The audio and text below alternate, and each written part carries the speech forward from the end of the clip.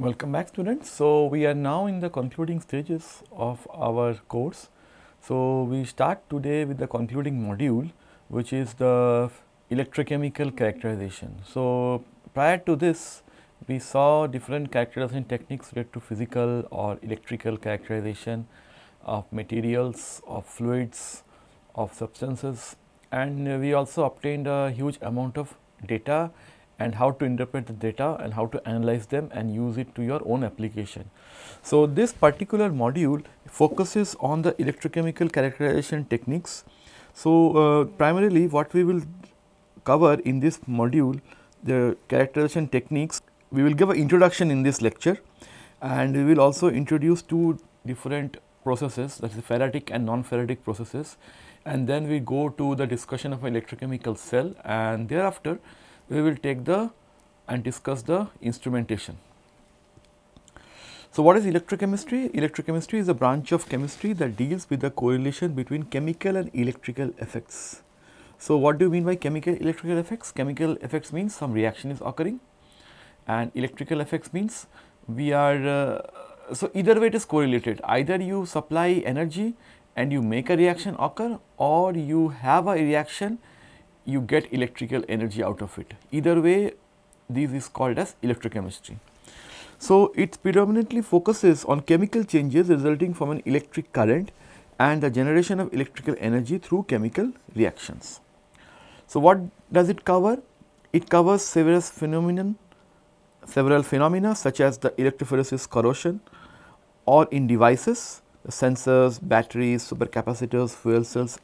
I am sure you must be having heard these terms: batteries, the common battery which we use in our day-to-day life, then the sensors, supercapacitors, fuel cell. These are very coined, huge application, huge potential as a clean source of energy.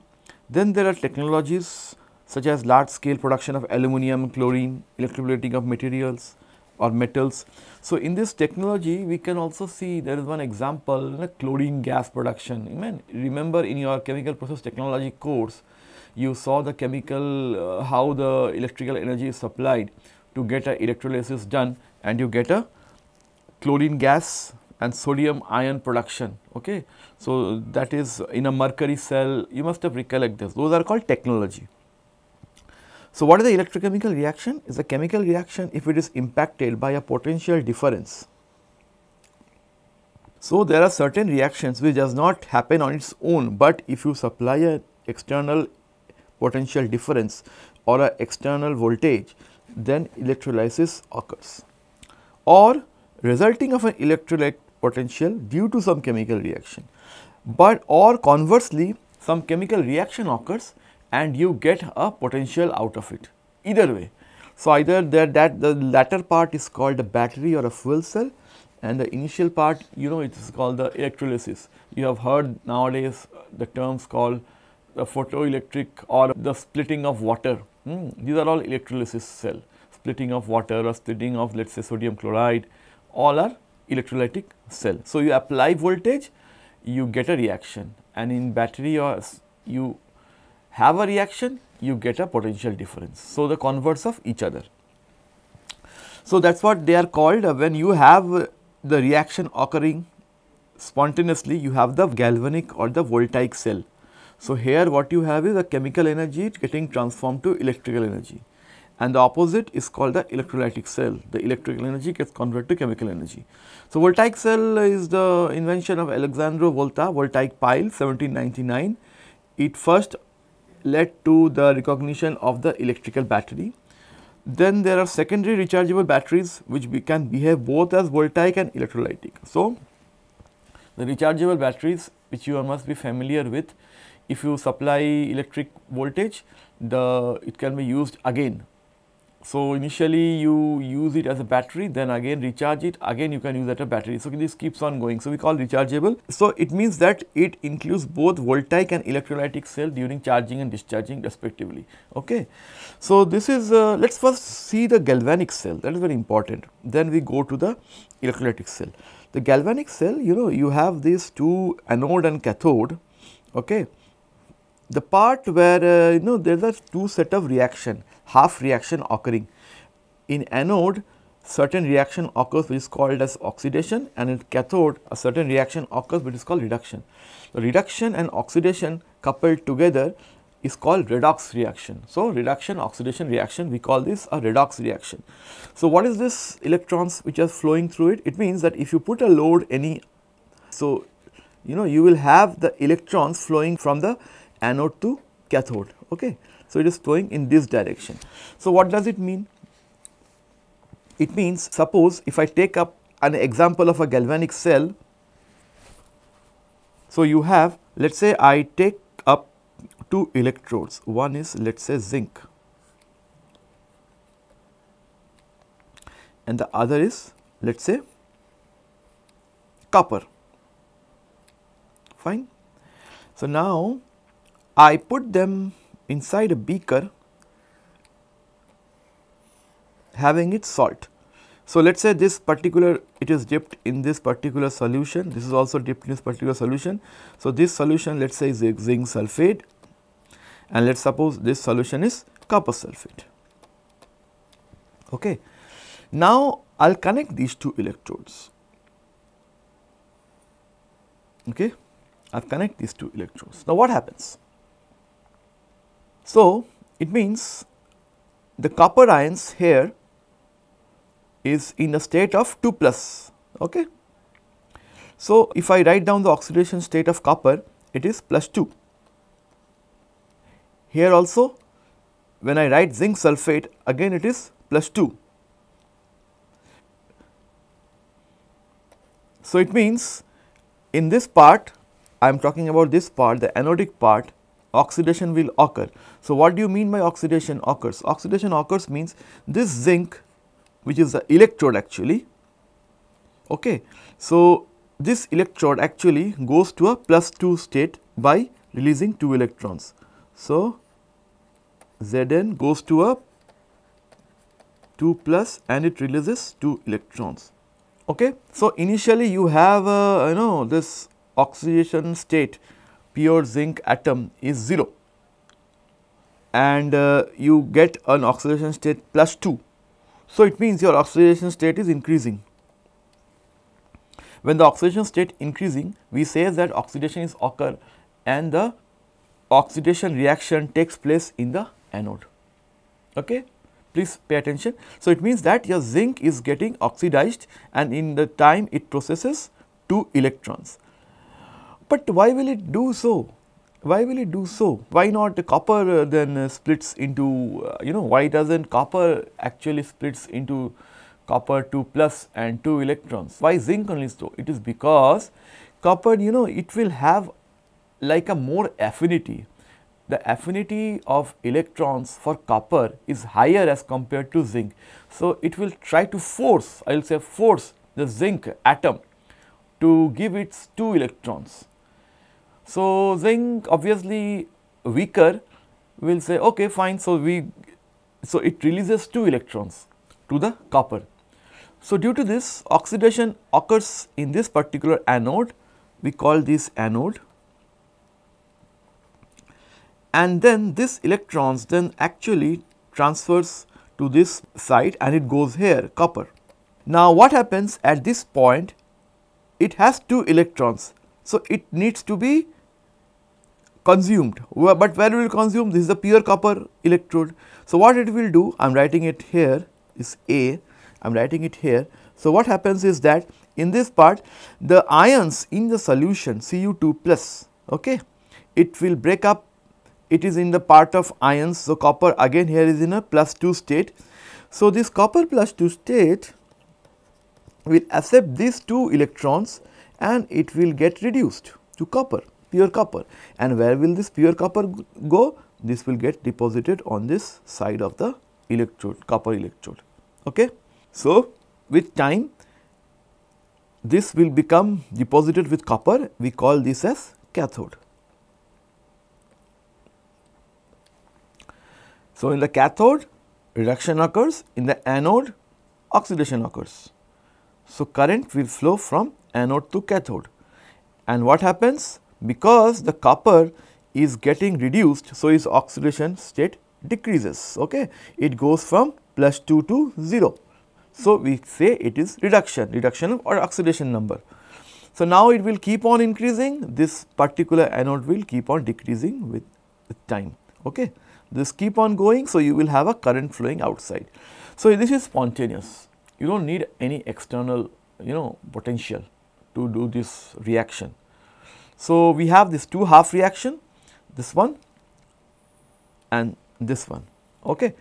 But there is another problem, is that while this gets consumed, okay, while copper gets consumed, so you will have more of this sulphate ion present here, SO4 ion present here, because zinc is getting consumed. So, what happens, there is an ion, you have excess of ions here, negative ions, and excess of positive ions here, because zinc is getting into the solution as zinc +2. So, the charge neutrality has to be maintained. So, you are getting positively charged ions in this part anode, negatively charged ions sulphate in this part with time. So, what they do is that they connect it through a salt bridge. So, this salt bridge has some, let us say it has some component called as sodium chloride. So, while the amount of anions increases, Na plus will go into the cathodic part and Cl minus will go into the anodic part to maintain the charge of both the half cells. Okay. So, this was about the galvanic cell, fine.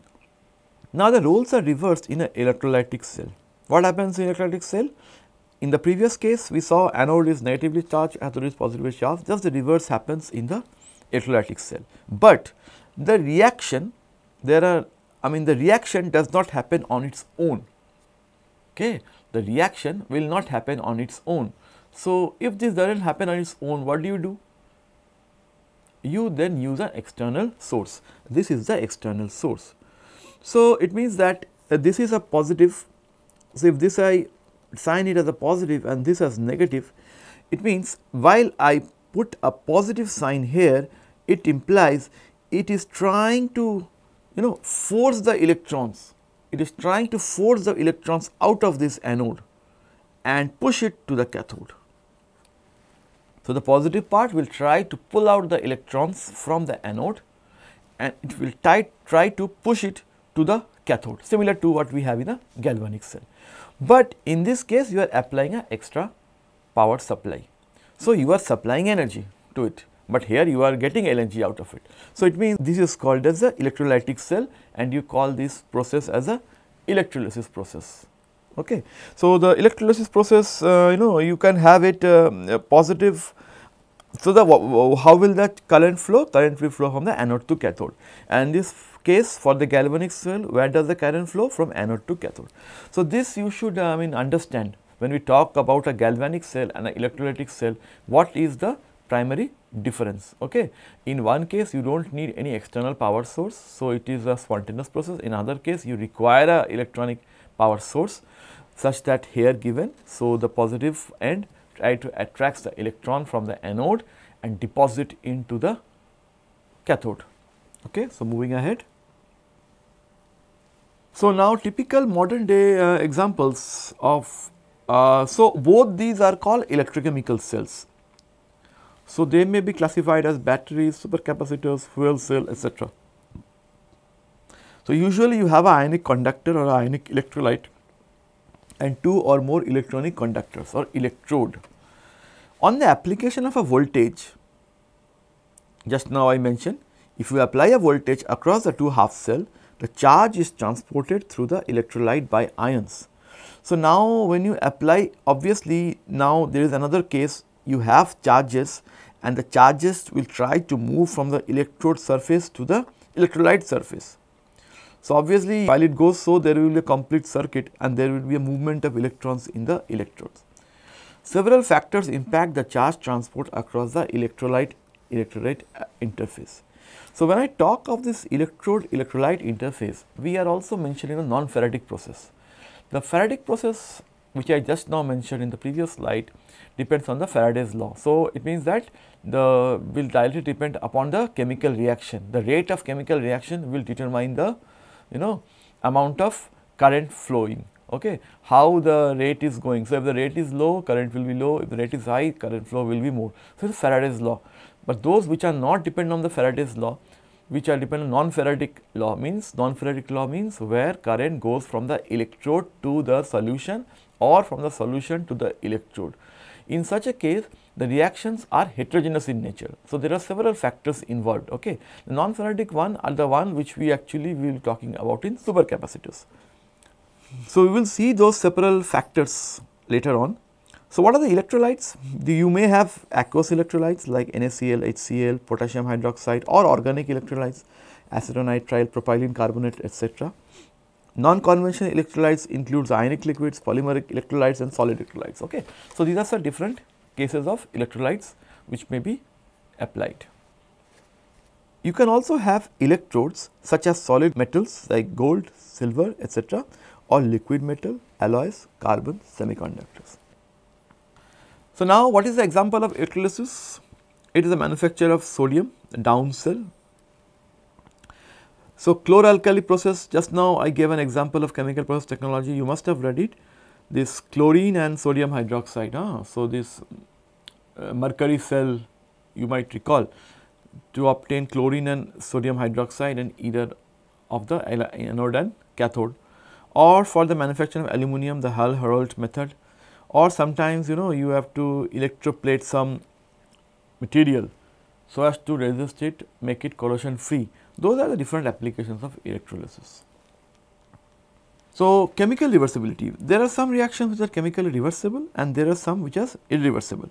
So, chemical reversible, how do you denote? I mean, how do you denote the entire reaction or the entire electrode assembly? See, this is given like this. See, is one of the electrode here, it means this is the half cell, this is one half cell, this is the other half cell. So, it means one half cell is given by a platinum electrode where hydrogen gas is evolved or it is reduced to hydrogen or it is oxidized to hydrogen plus anion, or silver chloride. In the other electrode you have silver chloride where chlorine or silver both are either oxidized or reduced. So, the standard potential difference. So, the issue is you cannot measure directly what is the potential. Okay, I have a half cell to the right in the cathode and a half cell in the anode. What is the potential difference in cathode? What is the potential difference in anode? Can we then add up and get a potential difference? No, we cannot give the absolute potential. We can only give the potential difference. Okay, please keep in mind, you cannot measure the actual potential in the anode or cathode, it is always the difference which is mentioned. So, here the difference is given as 0.22 volt. Now, this difference sometimes needs to be measured against a standard electrode. Standard electrode means something which is actually known that okay, this particular electrode is having this much potential at a certain condition, temperature, pressure or a concentration. So, with respect to this, what is the potential difference? So, that is why they use a standard electrode. So, it means that if this is 0.222 volt for this particular two set half cell, so if I apply an external voltage of 0.222 volt, we may reverse the reaction. So, it means that hydrogen will react with, I am just writing two half cells reaction together. So, hydrogen and sodium chloride will give Ag and chlorine ion. Okay. So, chlorine here is it is -1, this oxidation state. Okay. So, you have this chlorine ion. So, hydrogen here is oxidized because anything which is in the molecular state is having an oxidation state of 0, here it is +1. So, it is going from 0 to +1. So, hydrogen is getting oxidized and other silver is getting reduced. Okay. So, it is having +1, it becomes 0. So, if it is +1 here in a form of it becomes 0. So, silver is getting reduced. Or there may be examples where you have chemically irreversible, for example, zinc electrode and a platinum electrode. So, what happens in a galvanic cell, zinc plus hydrogen ion react together to become Zn2 plus hydrogen, and electrolytic cell it takes up the reaction water giving hydrogen and oxygen. So, in a water splitting reaction this occurs. So, in the zinc electrode this reaction occurs, this is the overall reaction in the case of galvanic cell, and when you reverse it, this is the reaction occurring in a electrolytic cell. Okay. So, in the zinc electrode you will have in the electrolytic cell assembly, the zinc electrode we will again have a reduction of this hydrogen ion to hydrogen gas, and you will have a oxidation here. It is -1, it goes to +0 on a platinum electrode. So, these are the important parameters are the time scale and the cell condition, we will see that later. So, just now I told you that the reduction and oxidation processes usually occur in electrochemical process that involve the transfer of electrons to or from a molecule or ion altering its oxidation states. It takes place on application of an external voltage or via release of chemical energy. So, just to summarize, just the same thing which I just now discussed. So, in reduction half reaction, electron gain takes place. Okay, the electrons getting flowed to the copper, accept copper, and it get deposited on the electrode. This is getting deposited on the electrode. Okay, while when even oxidation half reaction, this may occur. So, the reducing agent element with a lower electronegativity or reductant donates the electrons, and the oxidizing agent or oxidant accept them. So, always an element with a lower electronegativity will donate an electron, and an element with a higher electronegativity will accept it. Okay. So, the overall chemical reaction in an electrochemical cell thus comprises of two independent half reactions. The electrode where oxidation occurs is called anode, and where reduction occurs is called cathode. Okay. Generally the electrode on one half cell on which either reaction occurs is called the working electrode. Now, this is very important. Now, it means that if I have two electrodes and the one of the electrode is, let us say, it is a standard electrode, which means the potential of it is known, absolute scale the potential of it is known. If it is known, if I compare the unknown electrode, that is we call the working electrode on which we are working on, we can then obtain a reaction based on the potential. The reaction occurs on the working electrode, and we measure the potential difference with respect to the working electrode and reference electrode. So, other half of the cell is standardized by a reference electrode of known composition. These reference electrodes are of several names. First one I will discuss is standard hydrogen electrode, that SHE. It is a universally accepted. Other examples include saturated calomel electrode and silver chloride electrode. Now, all these electrode, whenever we write any potential difference, we have to write in terms of these standard electrodes. So, what is the potential difference of the working electrode with the standard electrode? Then we write whether it is SHE, SCE, like that. Okay. You cannot simply say, okay, the potential difference in the two half reaction is this much without naming the reference electrode. So, this is very important. The working electrode potential is thus evaluated against that of the reference electrode. So, what is happening? There are two different currents, because when you talk about half cells, the half cells you have reduction and oxidation occurring in cathode and anode respectively. So, it means there will be some current, potential is there, means of the current.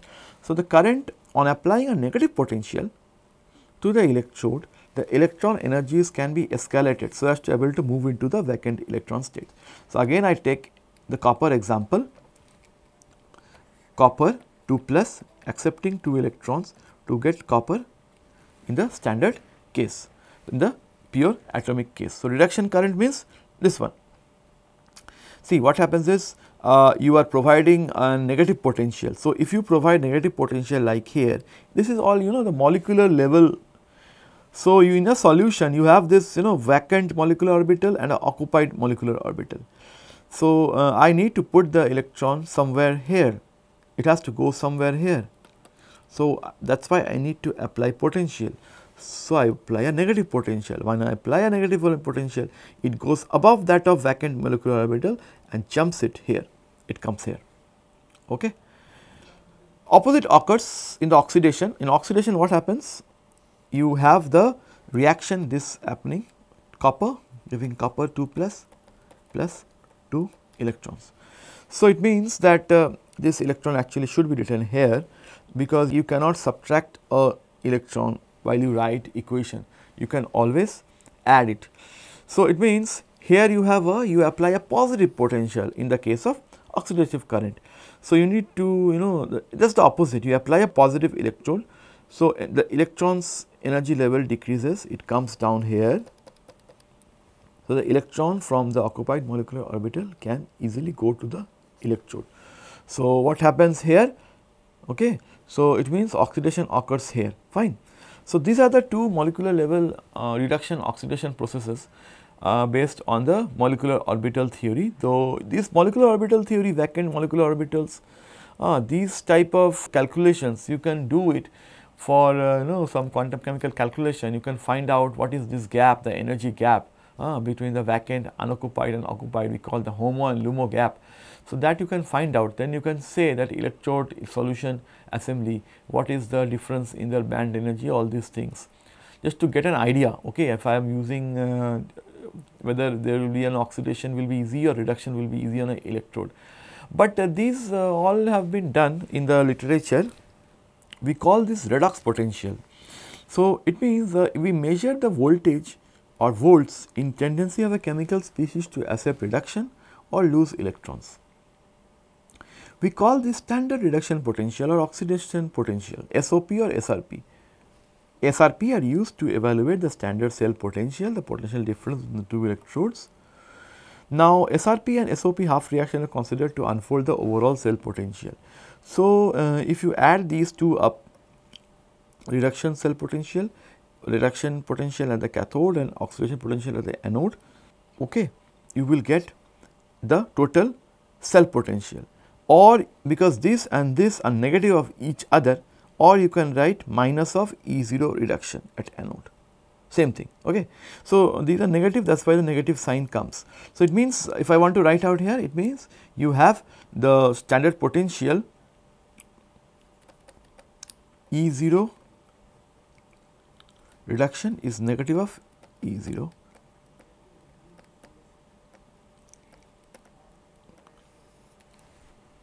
So, spontaneous reaction will occur if E0 is greater than 0 in a case of galvanic cell, and non-spontaneous reaction occurs if E0 is less than 0. So, E0 less than 0 means you have to supply energy from outside, which we have just now seen. So, now this is a very interesting. So, what the standard reduction half potential is actually, it is available in literature. So, it means for this reduction potential you need to supply this amount of voltage. So, in this reduction potential you supply this much of voltage. So, these are the most electronegative species, okay, and these are the lesser electronegative species. So, it means for oxygen, for a standard reduction of oxygen atom, so this is the 1.23 like that. So, everywhere if you see the reduction, the oxidation state is decreasing. So, suppose bromine you have it is oxidation state is 0 here, it goes to -1 here. So, everywhere the oxidation state of the elements are reducing. So, it is there, see, it is +1, it goes to 0, +3 goes to +2, like that, I2 is 0 to -1. So, this is all reduction half reaction. So, based on that, this is the potential. So, you reach a certain reaction where H plus, when you accept 2 electrons give hydrogen gas, this is considered to be 0. So, that is why sometimes we take this as a standard hydrogen electrode, SHE, we call this SHE. So, it means that we can use the, so those which are above the hydrogen, these are good for reduction, and those which are below, they can be used in the oxidation reaction. Okay. So, if you club these two together, you will have a two different half cells connected with each other. Okay. For example, lithium here goes from +1 to 0. So, these are all reduction potential, okay, all are reduction potential. So, obviously, these are giving negative voltage. So, it means these are good for in the oxidation reaction. So, it will be easily able to lose the electron instead of accepting it. So, if you just reverse it, it means what we will get is lithium giving lithium plus and electron. So, oxidation. So, these reactions are very there for oxidation and for oxidation half cell. So, this can be used as a electrode in where oxidation occurs, and this can be used as electrodes where reduction occurs. Okay. Because these are all negative. So, it means this is not favorable. So, for oxidation this will be favorable. This is called the standard reduction potential. Now, what are the applications of standard potential? You can determine the activity coefficients by the Nernst equation. You must be aware of the Nernst equation, or you can determine the equilibrium constants, determine the thermodynamic functions, or for the pH determination, or determining solubility product. So, these are different applications of standard potential. Okay. So, if you know the standard potential of 2 electrode or 2 metal, so you can then check that okay, I need to connect this and this, I will get the maximum cell potential. Going ahead, so now we come to the reference electrodes RE. So, now there are different reference electrode. One is zinc, okay, zinc 2 plus and zinc. This is one of the reference electrode where zinc electrode is used. This is normal hydrogen electrode. This is standard calomel electrodes. So, this is SHE. So, in this case, so what is the deviation between the actual energy, not energy, the voltage, actual potential, the deviation from actual potential, since it is actually NHE, so it will be 0. So, all this, both this as well as this will be 0, because you are comparing against the standard reference electrode. So, this becomes 0. So, corresponding to the standard reference voltage, how does these compare? So, these compares, it is 0.77 deviation from the NHE and 0.242 with respect to SEE. So, if you are taking two reference electrode, let us say SCE and NHE, connect them together, you will get the potential difference something like 0.021242, or when you connect this and this, minus 0.763, like that. Okay. And this they have compared with the standard calomel electrode. So, it is 0.53, this will obviously 0 because these two are similar, and like that minus. So, see, it is plus 0.242, it will minus 2.242. So, this is again compared with vacuum. So, it is 4.5 volt with respect to vacuum. So, 4.5 volt, the condition is vacuum, it is not atmospheric pressure, and Fermi level we are comparing with respect to Fermi level. So, it will just be the negative of the vacuum. So, it means that the electrons are totally outside, then you may have to supply this much amount of energy. So, this is how the different reference electrodes are actually compared, and this is another one Fe3, Fe2 plus. So, if you see, it is 0.77 volt with respect to NHE, 0.53 with SCE, 5.3 with vacuum, like that. Okay. So, these are very important, you should understand the reference electrode. Without actually stating this reference electrode, you cannot do any experiment, or without using this, I should say, this electrodes, you cannot do any electrochemical cell, galvanic or electrolytic cell. Okay. Now, let us come to the Faradic and non-Faradic processes. So, Faradic processes, just now I have discussed, it charges across the metal solution interface leading to redox reaction. Such processes are dictated by Faraday's law. The Faraday's law actually depends upon how fast the charges are moving, and this is in turn dependent on what is the rate of the reaction. The rate of the reaction is proportional to the how many coulombs it has passed through a unit time. So, that is what it is called as depending on Faraday's law. Okay. Now, non-Faradic process, there is no transfer of charges actually across the interface. However, adsorption, desorption can occur in the electrode solution. So, there are one is the electrode and another solution. So, charges can either go from electrode to solution or from solution to electrode. So, this depends on various factors.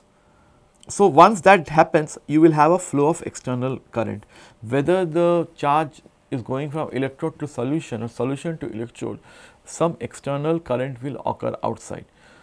The non-Faradic current depends on the electrode surface area and electrolyte concentration. So, both the processes can take place simultaneously when electrode occurs. Now, for example, if you see this a cell potential, okay. So, what you have is you have two half cell. In one of the half cell you have platinum electrode, in another half cell you have silver bromide solution and silver electrode. So, here you have a hydrogen gas getting bubbled off. So, in this case you are having oxidation. So, in the oxidation means this is the part where oxidation, the oxidation current is here, it is given as negative. Okay, the oxidation current is negative, and this is the oxidation potential. Okay, from here it starts, and then this is another position where actually the cathode, where reduction starts. Reduction occurs in the platinum electrode, and then you have higher and higher. So, here in this end you have oxidation current getting increasing as you increase the this voltage, and you have a cathodic current in this side which is positive in nature. So, in this region we can say that the entire assembly is stable. So, it means even if I send a infinite small charge into it, there will be no current. I mean, if for a small change in the infinite small addition of current, there will be no change in voltage. So, we can say from this region to this region there is no reaction occurring. This is, you can easily find out if you take the difference from here to here in absolute terms. So, this is called electrolytic cell assembly. So, for example, here it is showing minus 2.1 to 0.25. So, you will say that this particular electrode is stable from this particular assembly is stable from minus 2.1 to 0.25. So, this is the electrode cell potential. So, now while they do so, it depends on what we called as capacitor. While these reactions occur, can you then store these charges? So, we can do that. Then we have to take the example of the capacitor. What does capacitor mean? On the application of potential across a capacitor, charges gather along the metal plates until the governing equation of Q equal to capacitance into voltage is satisfied. A charging current flows during the process of charging.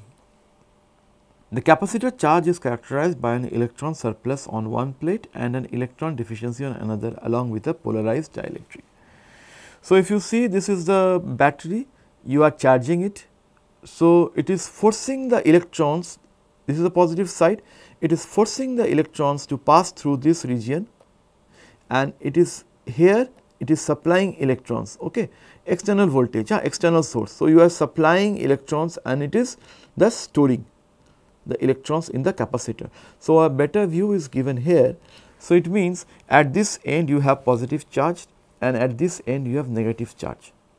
So, this end you have negative charge and this end you have positive charge, and the total phase, this particular capacitor will have a plate separation of D and a plate area A. So, this way whenever you charge that particular cell, so charges will be stored in the capacitor. So, it is something like that.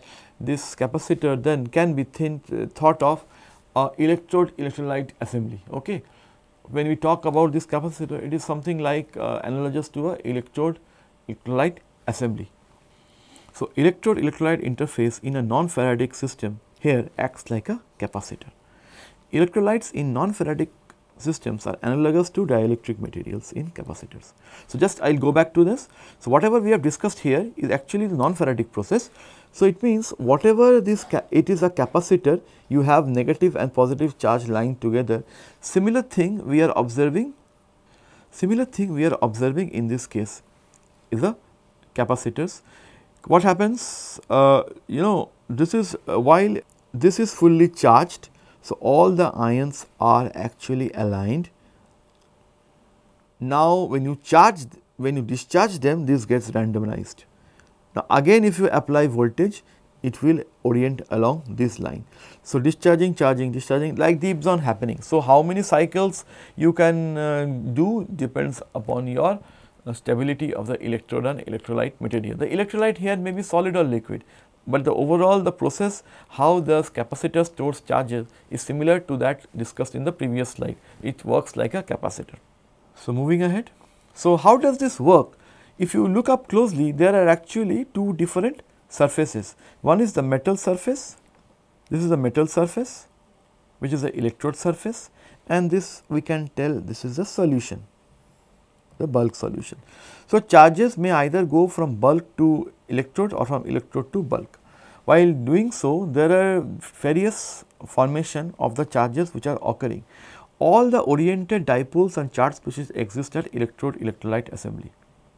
Now, let us say this is the value of the double layer capacitance at the electrode electrolyte interface usually lies in the window 10 to 40 microfarad per centimeter square. Unlike real capacitor, the charge is typically a function of the potential. Now, what it is initially, if you see negative charges are building on this metal surface. If the negative charges are building, it means where are they coming from? They are coming from the electrolyte. The electrolyte has a both positive and a negative charge. Okay. So, now if the electrolyte may be a aqueous electrolyte, so aqueous means you have solvent such as water. So, water and electrolyte, let us say sodium chloride in water, Na plus and Cl minus. So, when you have Cl minus, you assume this to be chloride minus Cl minus, and this you assume to be the solvent molecule. So, when the chloride ions actually moves ahead and deposits on the electrode, so if I join the locus of these negative points, this is called the inner Helmholtz plane, and certain positive charges with a sodium, for some in the case of sodium, it is again solvated by the water molecule, but it cannot able to enter the layer immediate to the metal surface.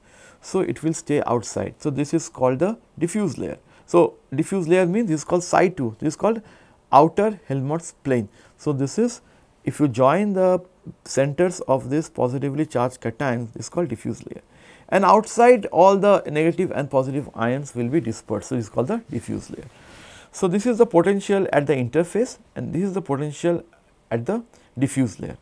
So, now if you see this, the electrolyte side of the double layer comprises of multiple layers. The inner layer nearest to the electrode contains solvent molecules. Just now inner layer, these are called solvent molecules, and the absorbed anions which directly bond to metal.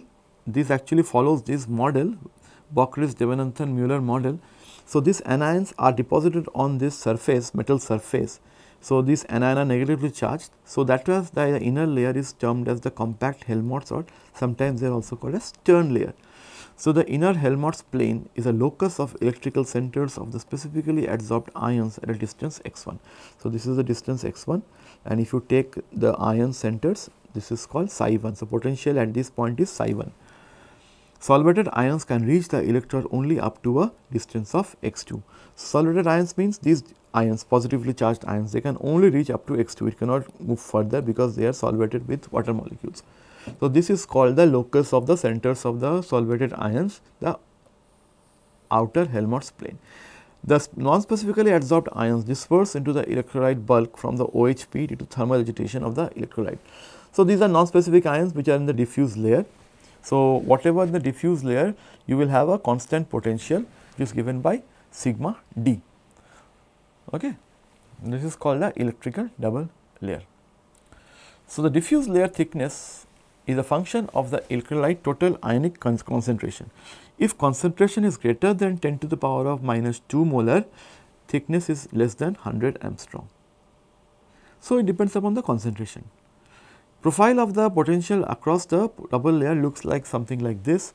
So, this is the negative ion, this is the metal ion. So, metal ion, some charge is deposited, and the solution you have the positively charged, and in the electrolyte you have both positive and negative. Okay. So, something like the potential increases as the ions gather outside the immediate layer, it increases. So, this is this is psi x1. So, this is called sigma 1, I will say. Then you go ahead because if at this point this starts. So, this is the point where it starts to increase. From here to here, it is immediately the layer of the metal. From here it increases x1 to x2, inner Helmholtz plane to outer Helmholtz plane. So, this is IHP and this is OHP. And then within the electrolyte it almost remains constant, sigma s. So, now sometimes what you do is that in certain cells you supply current and you measure voltage, or you measure supply voltage, you measure current. The way you supply current or voltage depends upon what is the form of the current and voltage you supply, and how does the charge or voltage gets dissipated or move. So, these are called, in this case, this is called a double layer capacitor, a potential step input. I mean, I will put a voltage, a potential step input of a constant value of E applied. So, I will just put a voltage which is same across any time, a constant voltage. If you do that, so you will see the expression of current as this: current is equal to E upon Rs. Rs is nothing but the solution resistance. So, because the charges has to move through the solution, so it will have a resistance to it, and so CD is the capacitance, okay, of the double layer. So, the governing equation for the current is something like this. So, it means it will decay exponentially. So, when you start it at this point voltage, the current reaches here. So, this is 0.37 E upon Rs, then it decreases exponentially because of this term. So, it means the resultant current decreases, and this is tau, is a constant, which is nothing but Rs into CD.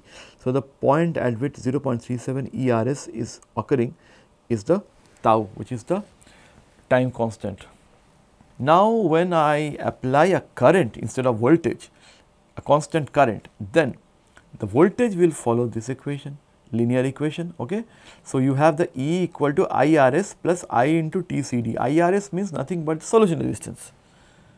So, you have this IRS is this one, is solution resistance. It has, the charges has to move through the solution. So, because of this we call sometimes the ohmic drop, okay, the solution resistance. Then it increases, then the resultant voltage increases. The slope of this resultant curve will give I by CD. So, you have the voltage increasing linearly with respect to time. Then we also call as potential sweep or voltage ramp. So, potential sweep means I increase the potential linearly. So, when you do a linear potential increase, the current is given using this expression, okay, I equal to VCD upon 1 minus exponential minus T upon RC CD. The current grows from 0 with the start of the scan. So, it goes from 0 here, it goes from 0, finally attaining a steady state value of VCD. What is this V? V is the scan rate. So, scan rate means how am I increasing the voltage with respect to time. It is voltage per unit time. CD is the capacitance, that is the storage capacity, RS solution resistance. So, again if you see this is VCD, it results a constant value of current. A steady state current is used for the estimation of CD. Okay. Now, we come to the concept of ideal polarizable and non-polarizable electrode. So, what do you mean by this ideal polarizable electrode? So, the what you have is this is actual ideal polarizable electrode. It means when potential is changed considerably on the passage of even an infinitely small amount of electric current. So, even if you send a small amount of electric current, it is potential varies remarkably, you see. So, it means we will say this is the entire electrode is polarizable. So, here no transfer of charge occurs across electrode interface irrespective of the applied external potential. So, even if you apply the electrode potential from outside, no charge will be transferred. So, this ideal potential electrode is not practically achievable over the entire voltage range of an analyte. However, some electrode electrolyte system may approach ideal polarizability for a certain potential window. For example, mercury electrode in contact with a deaerated potassium chloride solution tends to behave an ideal polarized electrode over a voltage window of 2 volt. Now, what is the ideal non-polarization? Is just the reverse of this.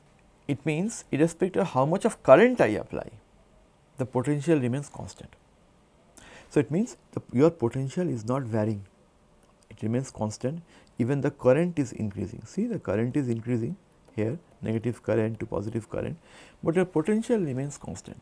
So, any electrode will either lie either from this extreme to this extreme. So, issue is we always try to compare our working electrode with the ideal non-polarizable electrode. The reason is, because when a current flows from the working electrode, it will pass through the reference electrode. So, the reference electrode should always be chosen as the ideal non-polarizable electrode. So, it means if the current passes through the reference electrode, you will have no change in the potential, and that is what we want. We want the working electrode potential. So, your reference electrode should not be changing. Sometimes because of solution resistance, you may require another electrode which is called a auxiliary or a counter electrode, so that you give a easy passage of current. Because if more current pass through this, you see this dotted line, the potential will change. It is not desirable for measuring actual potential. Okay. Moving ahead, this is what it looks like. This is the electrode potential. We call this open circuit voltage. The electrode potential at equilibrium state for redox reaction, the current is 0 at this potential. So, this is the current is 0 at this potential means. So, you know, this is where I discussed this earlier. So, you have the oxidation occurring here, dotted line, and the reduction occurring here. So, electrons are going into the electrolyte in the case of reduction and depositing, and here this is the electrons are going from the you know, the occupied higher occupied orbital to the electrode. So, the oxidation occurs here. So, this is plotted with respect to the current density. I will come back to this open circuit voltage later, but I will describe this briefly. What do you mean by open circuit voltage? Means what is the voltage across the two electrode, and if I measure through a voltmeter with a sufficient impedance. What does it mean? That I will try to measure the voltage difference between the two halves, between the electrode and the electrolyte, in such a manner that there is no charge which is passing through the voltmeter. So, the voltmeter has sufficient amount of impedance, that is called open circuit voltage, that is when there is no load across the two electrodes. Okay, that is called open circuit voltage. So, the rate of a reaction at an electrode is given using this way. This is current density by, this is the stoichiometric amount of, this is called the stoichiometric. F is the Faraday's constant, I is the current, J is the current density, A is the surface area of the electrode, and N is the stoichiometric number of electrons consumed during the electrode reaction. There are different factors impacting electrode reaction rate and current. We will see that. What are those? Mass transfer. For example, mass transfer of the ions from the electrode to the solution, resistance of the mass transfer, the oxidant species going from bulk to the surface of the electrode, or transfer of electron at the electrode surface, or chemical reactions on electrode surface before or after the electrons transfer, or additional surface reaction. Either of this will give some factors which will affect the electrode reaction rate and current. Okay. So, this is defined using this expression. So, see, this is the electrode and you have the reductant and this is the oxidant. It can go either from reductant to oxidant, electron transfer can occur, and you have a desorption adsorption path. These are chemical reactions occurring from the electrode surface region to the bulk. So, these are the intermediate steps. Same way, when it is adsorbed, the oxidant, it is adsorption, desorption occur, chemical reaction occur, mass transfer occurs in the bulk solution. So, what are the different bulk solution? If I want to write all this, so what are the different variables in the electrochemical cell? One is, what are the solution variable? We have the bulk concentration of the species, then the concentration of other species, then the solvent. What are the electrode variables? Is the material, the surface area, geometry and surface condition. What are the mass transfer variable? The mode, the surface concentration, the absorption. So, these see there are so many intermediate reaction occurring, the bulk solution, transfer of ions across the bulk to surface, then there is a electron transfer in this, all this comes under the mass transfer variables. Then the external variables, then the electrical variables, the potential, current and quantity of electricity. So, what I will do, I will explain more in the next class. So, this entire variables, how they are organized in the form of mathematical equations, and I will also provide you an example of a electrochemical cell which has a open circuit voltage and how you measure the open circuit voltage and how the current is related to the reaction of the system. I will actually discuss it later. So, that is why I will take up the next topic related to the electrochemical cell, and I will try to put it in a mathematical form or in a physical form. Okay. Thank you.